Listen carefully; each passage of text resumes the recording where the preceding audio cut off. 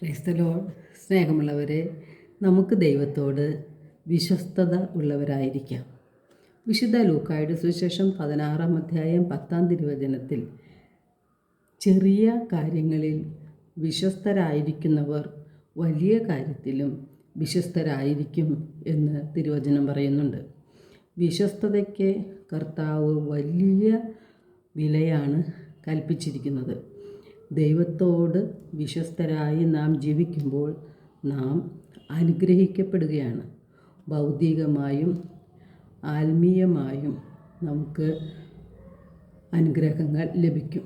യഥാർത്ഥ സന്തോഷവും സമാധാനവും ഐശ്വര്യവും ഉണ്ടാകുന്നത് നാം ദൈവത്തോട് വിശ്വസ്തത പുലർത്തുമ്പോഴാണ്.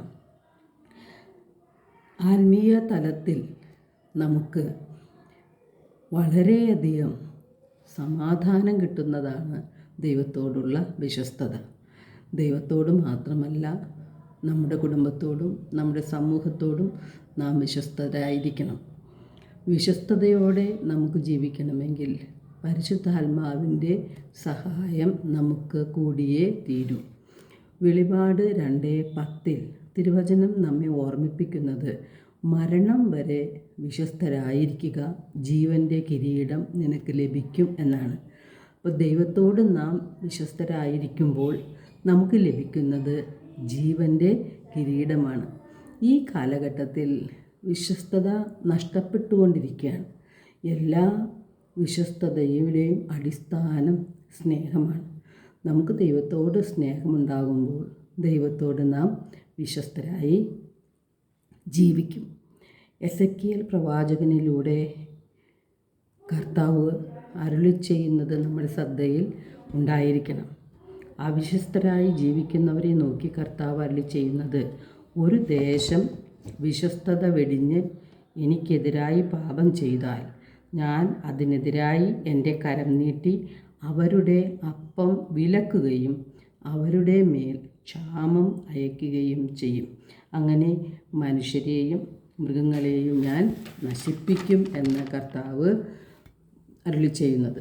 ഇപ്പോൾ വിശ്വസ്തത പുലർത്താൻ സാധിക്കാത്തവർക്ക് പല വിധത്തിലും ദുരന്തങ്ങൾ വന്നുകൂടും എന്ന് തിരുവചനം നമ്മെ ഓർമ്മിപ്പിക്കുകയാണ്.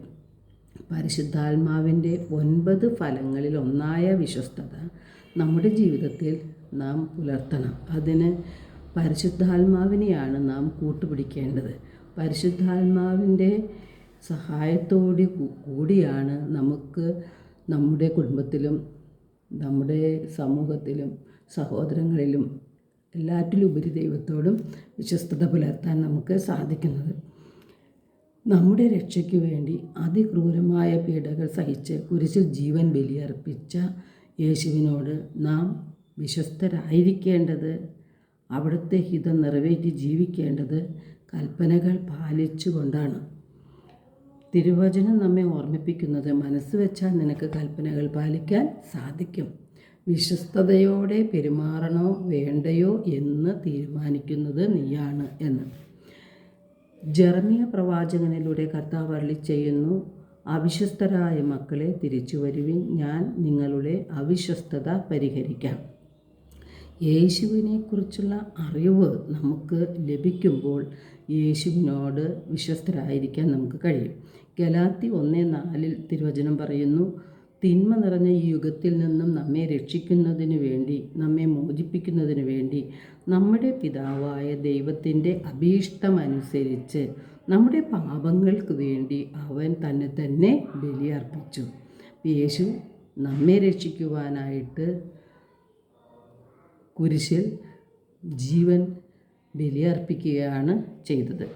യേശു വഴി നാം പാപമോചനവും രക്ഷയും കൈവരിക്കുന്നു. അപ്പോഴേ നമ്മുടെ രക്ഷകനായ ദൈവത്തിലേക്ക് തിരികെയാണ് നാം ദൈവത്തോട് വിശ്വസ്തരായി ജീവിക്കുമ്പോൾ നാം ചെയ്യേണ്ടത്. ഇതിനായി ദൈവം നമ്മെ ഓരോരുത്തരെയും സമൃദ്ധമായി അനുഗ്രഹിക്കട്ടെ.